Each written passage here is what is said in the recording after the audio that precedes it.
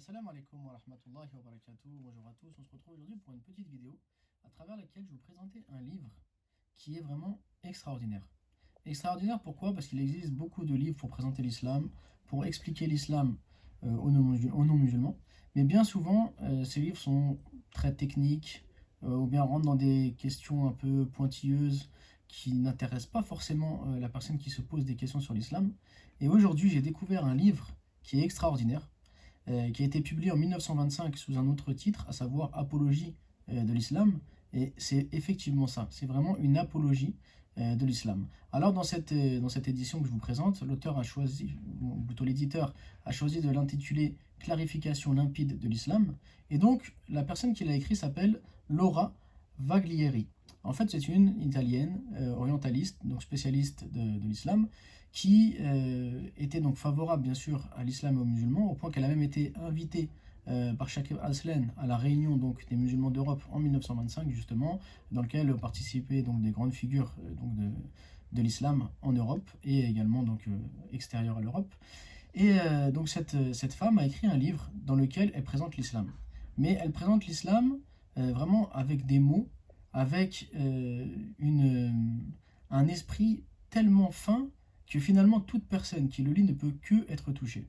Donc vraiment, si vous voulez expliquer l'islam à vos proches, par exemple vous êtes converti et vos parents aimeraient savoir connaître un peu plus sur l'islam, ou bien par exemple ont des réticences vis-à-vis de l'islam, et vous voulez donc trouver un livre qui s'adresse à eux dans un style parfait, bah, c'est le livre qu'il vous faut.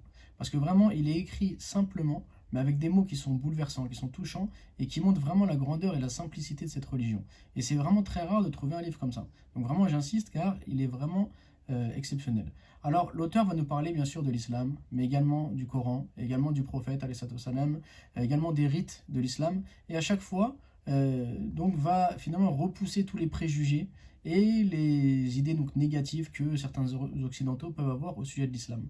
Et finalement, à la fin de la lecture, on n'a pas d'autre conclusion que le fait que l'islam est une religion divine qui a été révélée sur le prophète Mohammed sallallahu alayhi wa sallam, que celui-ci ne peut pas être un imposteur mais bel et bien un prophète, et que le Coran ne peut pas être écrit par des êtres humains mais a bien été révélé par Dieu. Et donc c'est un livre vraiment extraordinaire. Et pour vous donner le ton en fait sur lequel donc le livre est écrit, je vais vous lire donc un petit passage, un extrait dans lequel donc cet orientaliste nous parle de l'islam. Et ça va vous permettre donc de voir vraiment ce fameux style. Alors, elle nous dit: l'islam a jailli, telle une source d'eau pure et salvatrice, au milieu d'un peuple à demi barbare, dans une région isolée et aride, à l'égard des chemins de la civilisation et de la pensée humaine. Cette source était si abondante qu'elle se transforma rapidement en ruisseau, puis en fleuve, et finit par déborder pour se diviser en des milliers de canaux qui parcoururent tout le pays.